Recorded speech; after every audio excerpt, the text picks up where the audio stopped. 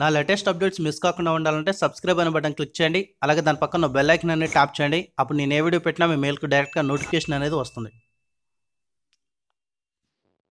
Hi friends, welcome to my YouTube channel. RRB group D result అనేది రావడం జరిగింది. Short listed క్యాండిడేట్స్ని మనకు merit list అనేది పెట్టడం జరిగింది. అదేవిధంగా కట్ ఆఫ్ సంబంధించినటువంటి పీడిఎఫ్ కూడా ఇవ్వడం జరిగింది మనకు. వాటిపై నేను వీడియో ఇచ్చాను. అలాగే పీఈటీకి సంబంధించిన వివరణ కూడా మన కరెక్ట్ డేట్ అయితే ఇవ్వలేదు. Maybe third week or fourth వీక్లో కండక్ట్ చేసే అవకాశం ఉందని చెప్పడం జరిగింది. సో దానికనేది డేట్ అనౌన్స్ చేసిన వెంటనే మనకు అఫీషియల్ వెబ్సైట్లో లింక్ అనేది పెట్టడం జరుగుతుంది. ఆ లింక్ ద్వారా మీరు రిజిస్ట్రేషన్ నెంబరు అదేవిధంగా డేట్ ఆఫ్ బర్త్ ఎంటర్ చేసి మీరు పీఈటీకి సంబంధించిన హాల్ టికెట్స్ అనేది డౌన్లోడ్ చేసుకొని పీఈటీకి అటెండ్ కావాల్సి ఉంటుంది. దానిపై కూడా నేను వీడియో పెడతాను. అయితే ఈరోజు వచ్చిన వీడియో ఏంటంటే మనకు నార్మలైజేషన్ పద్ధతిలో సెలక్షన్ ఏ విధంగా జరిగింది, నార్మలైజేషన్ పద్ధతిలో కట్ ఆఫ్ అనేది ఏ విధంగా తీశారనేది వాళ్ళు వివరణ ఇస్తూ ఒక నోటీస్ అనేది ఇవ్వడం జరిగింది. అండ్ ఈ నార్మలైజేషన్ పద్ధతి అనేది మనకు 2000 సంవత్సరం నుంచి అమల్లో ఉంది. నియర్లీ 19 ఇయర్స్ ఇప్పటికీ ఇది అమల్లో ఉందని చెప్పడం జరుగుతుంది. సో దానికి సంబంధించిన నోటిఫికేషన్ డీటెయిల్స్, ఎన్ని వేకెన్సీలు ఉన్నాయి, ఎన్ని రోజులు కండక్ట్ చేయడం జరిగింది అంటే 51 రోజు కండక్ట్ చేయడం జరిగింది. ఈ షిఫ్ట్ వైజ్ ఎగ్జామ్ అనేది ఇవ్వడం జరిగింది. 17వ తారీఖు 9వ నెల 2018 నుంచి 17వ తారీఖు 12వ నెల 2018 వరకు 152 షిఫ్ట్లకు గాను పెడుతూ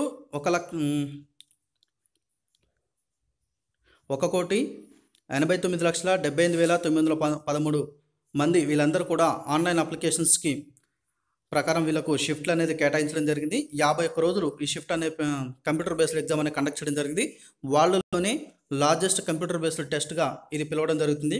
సో ఈ విధంగా వీళ్ళు కంప్లీట్ చేయడం జరిగిందని ఇవ్వడం జరిగింది. ఇక చూసుకుంటే మనకు ఇక్కడ ఇచ్చిన ఒక ప్రిన్సిపల్ ఉంది చూడండి. నార్మలైజేషన్ స్కోర్ ఫర్ క్యాండిడేట్ అంటే ఎక్స్ఎన్ అంటే normalization score for candidate S2/S1 into X dash X average plus Y average.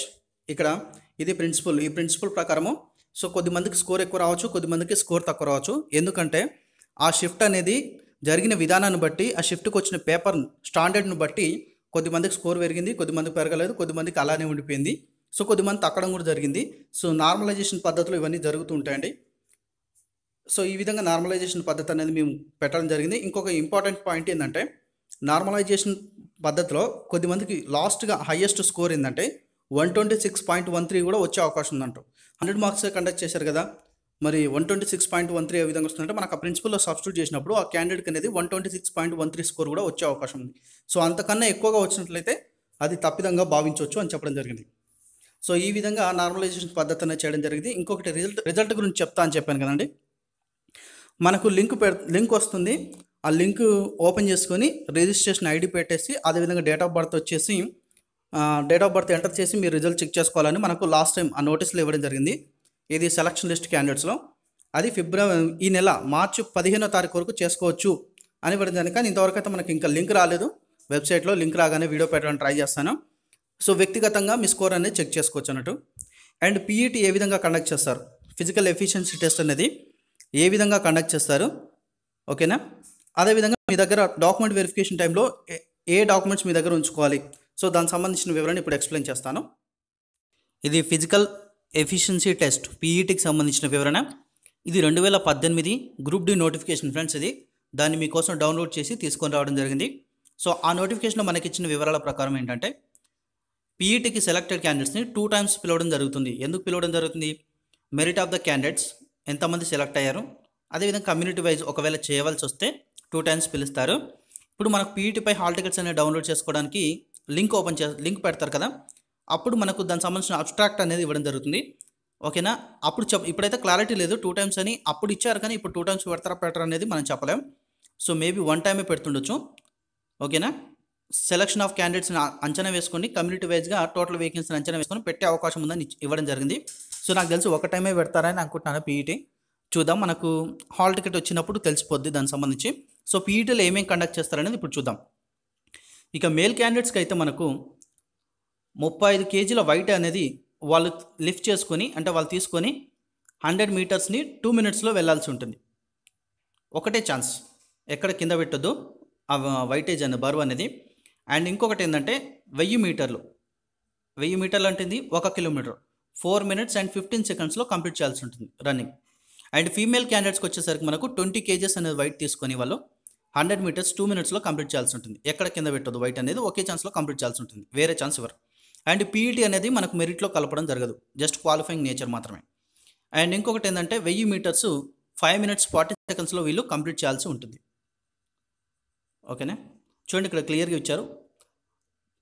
Passing physical efficiency test PET is mandatory and the same will be qualifying in nature. చూడండి ఇక్కడ మనకు క్లియర్గా ఇచ్చారు, will be qualifying in nature just.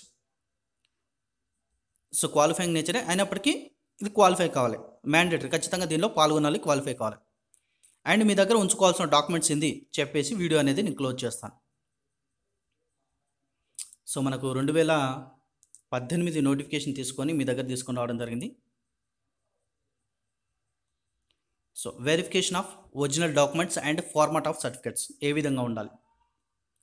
మొట్టమొదటిగా matriculation certificate అనేది ఉండాలి.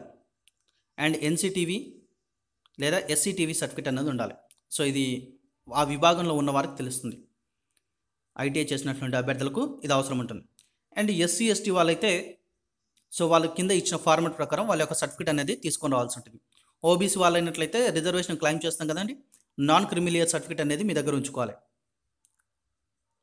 Okay, తర్వాత EWS వాళ్ళు ఎవరైతే ఉన్నారో ఎకనామికలీ బ్యాక్వర్డ్ క్లాస్, ఈబీసీ కింద, ఓకే, ఎకనామికలీ బ్యాక్వర్డ్ క్లాస్ వాళ్ళు ఇన్కమ్ సర్టిఫికేట్ ప్రొవైడ్ చేయాల్సి ఉంటుంది, అప్పుడు ఈడబ్ల్యూఎస్ రాలేదు మనకు. ఓకేనా, తర్వాత ఎక్స్ సర్వీస్ మెన్ అయినట్లయితే డిశ్చార్జ్ సర్టిఫికేట్ అనేది ప్రొవైడ్ చేయాల్సి ఉంటుంది. అండ్ ఆధార్ కార్డుకి 2 sides ఉన్నటువంటి photo copy of both sides of Aadhaar card అనేది మీరు సబ్మిట్ చేయాల్సి ఉంటుంది, అంటే వెరిఫికేషన్ అప్పుడు చూపించాల్సి ఉంటుంది. అండ్ పీడబ్ల్యూడీ వాళ్ళు వాళ్ళకి సంబంధించిన డిసేబిలిటీ సర్టిఫికేట్ అనేది ప్రొవైడ్ చేయాల్సి ఉంటుంది. ఎన్ఓసి సర్వింగ్ ఎంప్లాయీస్ అంటే సో వాళ్ళ డేట్ ఆఫ్ అపాయింట్మెంట్ సంబంధించింది వాళ్ళు ప్రొవైడ్ చేయాల్సి ఉంటుంది. And date of discharge, appointment ఎప్పుడయ్యారు, డిశ్చార్జ్ ఎప్పుడయ్యారు, ఆల్ ఆ సర్టిఫికేట్స్ అనేది ప్రొవైడ్ చేయాల్సి ఉంటుంది. మైనారిటీ కమ్యూనిటీ కింద క్లెయిమ్ చేయాల్సుకున్న వారు minority non judicial stamp paper as per annexure 4 అంటే కింద మనకు అనెక్సర్ 4 ప్రకారం ఏదైతే ఉందో దాన్ని అనేది ప్రొవైడ్ చేయాల్సి ఉంటుంది వీళ్ళు. And gazette notification and or any legal document in case of formal change in name as mentioned in para. మీరు ఒకవేళ పేరు కానీ ఏదైనా చేంజ్ చేయాలనుకున్నట్లయితే సో మీరు లీగల్ డాక్యుమెంట్ అనేది ప్రొవైడ్ చేయాల్సి ఉంటుంది. ట్రాన్స్జెండర్ అయితే ట్రాన్స్జెండర్ సర్టిఫికేట్ అనేది ప్రొవైడ్ చేయాల్సి ఉంటుంది. సో ఈ విధంగా వీడియో అయినట్లయితే డెత్ సర్టిఫికేట్, భర్త డెత్ సర్టిఫికేట్ అనేది ప్రొవైడ్ చేయాల్సి ఉంటుంది. సో ఈ విధంగా డాక్యుమెంట్స్ అనేవి ప్రొవైడ్ చేయాల్సి ఉంటుంది. ఈ లింక్ కూడా నా డిస్క్రిప్షన్లో ప్రొవైడ్ చేస్తాను, మీకు ఒకసారి వెళ్ళి చూసుకోండి. ఓకేనా, ఇప్పుడు స్పెషల్గా వచ్చినటువంటి న్యూఢిల్లీ నుంచి రిలీజ్ చేయడం జరిగింది మార్చి 6వ తారీఖున. అది ఏంటంటే నార్మలైజ్డ్ స్కోర్ ఏ విధంగా మేము కట్ ఆఫ్ తీయడం జరిగింది, ఏ విధంగా సెలెక్ట్ చేయడం జరిగింది అనే విషయం కూడా వాళ్ళు చెప్పడం జరిగింది. అండ్ ఆ పీడిఎఫ్ ఈ పీడిఎఫ్ రెండు కూడా డిస్క్రిప్షన్లో ప్రొవైడ్ చేస్తున్నాను. అండ్ చాలామంది అడుగుతున్నారు ఫ్రెండ్స్ ఏంటంటే అన్నా మాకు లింకులు ఓపెన్ అవ్వట్లేవు అని. ఇప్పుడు లింక్ ఎలా ఓపెన్ చేయాలో నేను చూపిస్తాను. లింక్ అనేది కాపీ చేసుకొని వచ్చాను, మీకు కాపీ చేయని అవసరం లేదు, మీరు వీడియో చూస్తారు కాబట్టి కింద లింక్ మీద క్లిక్ చేయగానే వెళ్ళిపోతుంది. నేను వీడియో చూడలేదు కాబట్టి నా వీడియో కిందకి వెళ్ళి లింక్ కాపీ చేసుకొని వచ్చాను. సో ఇక్కడ వేరే బ్రౌజర్ ఓపెన్ అయింది, ఇప్పుడు గూగుల్లో మీకు ఆటోమేటిక్గా ఓపెన్ అవుతుంది బ్రౌజర్ అనేది. సో ఈ విధంగా లింక్ క్లిక్ చేయగానే మీకు ఈ విధంగా చూపిస్తుంది. చూపించిన తర్వాత ఇది ఓపెన్ అయిన తర్వాత ఒక 5 seconds యాడ్ వస్తుంది ఫ్రెండ్స్. యాడ్ బిట్కి వెళ్ళి ఒక 5 seconds యాడ్ వస్తుంది. ఈ యాడ్ అయిపోగానే మీకు ఇంకా ఇక్కడ రైట్ సైడ్లో ఒకటి కనిపిస్తుంది చూడండి, స్కిప్ యాడ్ అని. దీనిపైన ఒక క్లిక్ ఇచ్చుకున్నారంటే ఆటోమేటిక్గా మీరు నేను ఏదైతే లింక్ ప్రొవైడ్ చేస్తున్నా ఆ లింక్ అనేది ఓపెన్ అవుతుంది. సో డైరెక్ట్ ఓపెన్ కాదు, జస్ట్ ఒక 5 seconds యాడ్ వస్తుంది. యాడ్ తర్వాత ఇది కొట్టేస్తే మీకు డైరెక్ట్గా లింక్ ఓపెన్ అవుతుంది. యాడ్ ఓపెన్ అవ్వట్లేనా, లింక్ అవుతలేనా చాలామంది కామెంట్ చేయడం జరిగింది, అందుకే ఈ వివరణ ఇవ్వడం జరుగుతుంది ఫ్రెండ్స్. సో ఇంత సింపుల్. గూగుల్ డ్రైవ్లో ఓపెన్ అవుతుంది, ఒకసారి మామూలు లింక్ ఓపెన్ అవుతుంది. ఎక్కువసార్లు మీకు గూగుల్ డ్రైవ్కి వెళ్ళి ఇస్తున్నాం కాబట్టి గూగుల్ డ్రైవ్లో ఓపెన్ అవుతుంది. సో ఫ్రెండ్స్ మీకు ఈ వీడియో కనుక నచ్చితే వీడియోని లైక్ చేయండి, అలాగే తప్పకుండా వీడియోని మీ ఫ్రెండ్స్ అందరికి కూడా షేర్ చేయండి. Thanks for watching.